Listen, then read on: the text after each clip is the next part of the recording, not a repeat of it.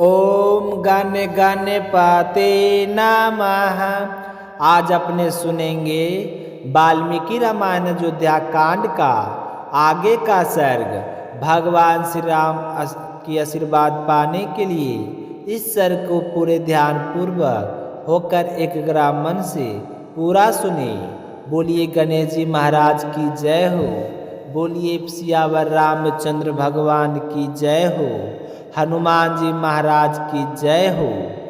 भारत विनीत स्वर में श्री राम से बोले, भैया आज से मुझे अपना दास मान लीजिए, मुझ पर कृपा कीजिए। देवराज इंद्र की भांति आज ही अयोध्या का राज ग्रहण कीजिए और अपना राज अभिषेक कराइए। यही कामना लेकर यह समस्त प्रजा, यह सारे मंत्री और हमारी विधवा माताएं आपके पास उपस्थित हुई है। आप हाँ कह दीजिए, हम सब पर अनुग्रह हो जाएगा। आप ही ज्येष्ठ हैं, आप ही इस राज के अधिकारी हैं। न्याय, धर्म और मर्यादा तीनों यही कहते हैं कि सिंहासन पर केवल आप भी शोभामायन हो। आपके जैसा पति और राजा पाकर यह सारी वसुधा वैधव्य से मुक्त हो जाएगी और निर्मल चंद्रमा की धुली हुई शीतकालीन रात्रि के समान प्रकाशमय हो उठेगी। मैं इन समस्त मंत्रियों सहित आपके चरणों में शीश रखकर याचना करता हूँ, राज स्वीकार कीजिए। मैं आपका भाई हूँ, आपका शिष्य हूँ, आपका दास हूँ, मुझ पर दया कीजिए। ये सभी मंत्री पिताजी के समय से सेवा करते आ रहे हैं, हम सदा उनका असम्मान करते आए हैं, अतः उनकी प्रार्थना को भी अस्वीकार मत कीजिए। इतना कहकर भरत भाव विह्वल होकर श्री राम के चरणों में गिर पड़े।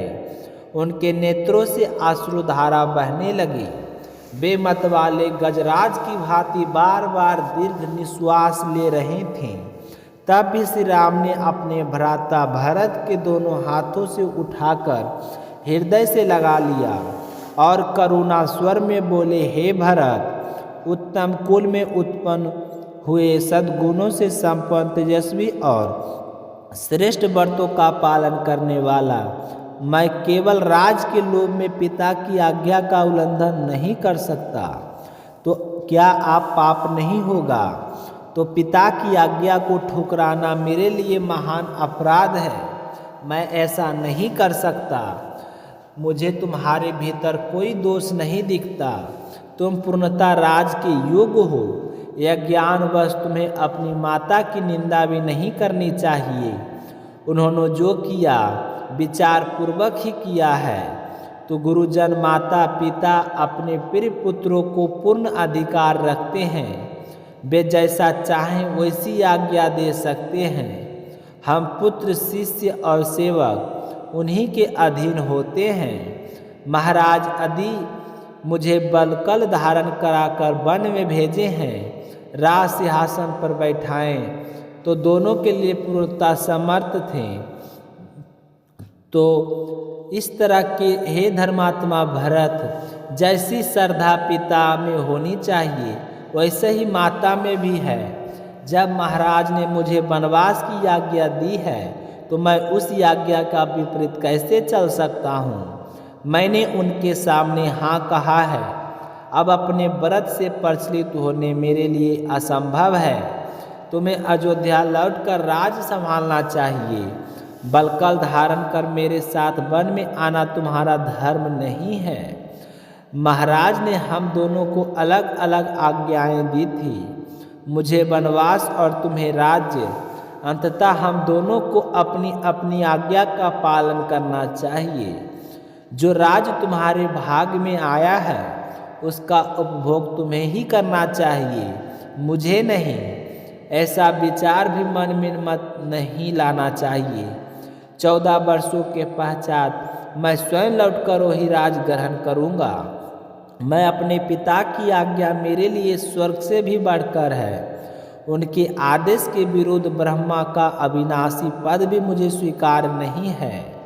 इसलिए हे भरत, अब बचपना त्यागो, अयोध्या लौटो और अपना अभिषेक कराओ और प्रजा का पालन करो। तो राजा का यही धर्म होता है। मुझे विश्वास है कि तुम मुझे निराश नहीं करोगे। तो श्री राम के वचनों को सुनकर भरता पुनः व्याकुल हो उठे और बोले भैया, जब मैं राज का अधिकारी ही नहीं हूँ तो यह राजधर्म का उपदेश मेरे लिए किस काम का। हमारे कुल का शाश्वत मर्यादा है कि बड़े भाई के होते छोटा राजा नहीं बन सकता।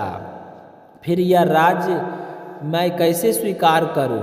आप मेरे साथ समृद्धिशालिनी अयोध्या चलिए और कुल की कीर्ति के लिए स्वयं राज सिंहासन पर विराजिए।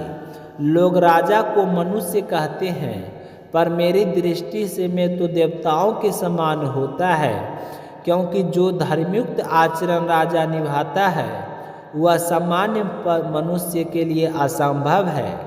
जब मैं कैकई देश में था और आप वन गमन कर चुके थे, तब यज्ञों के कर्ता सत्पुरुषों द्वारा सम्मानित महाराज दशरथ शोक से व्याकुल होकर स्वर्ग सिधार गए। आपके वियोग ने ही उनके प्राण हर लिए। हे भैया उठिए और पिताजी को जलांजलि दीजिए। तो शत्रुघ्न और मैं पहले ही जलांजलि दे चुके हैं। कहा गया है कि प्रिय पुत्र द्वारा दिया गया जल पितरों को अच्छे तृप्ति देता है, और आप ही उनके प्राण प्रिय पुत्र थे। उनकी दृष्टि केवल आप पर लगी रहती थी। उनका मन केवल आपका ही स्मरण करता था। आपसे बिछुआर कर ही मैं स्वर्ग सिधारे। उन्होंने जो आज्ञा दी वह दबाव में दी। मेरी माता कैकई के कारण राजा इसमें कोई दोष नहीं था। वे तो आपको ही राजाभिषेक कराना चाहते थे।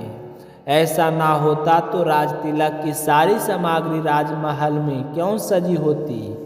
इसलिए है भैया, सब कुछ भूलकर अयोध्या लौट चलिए और राज संभालिए।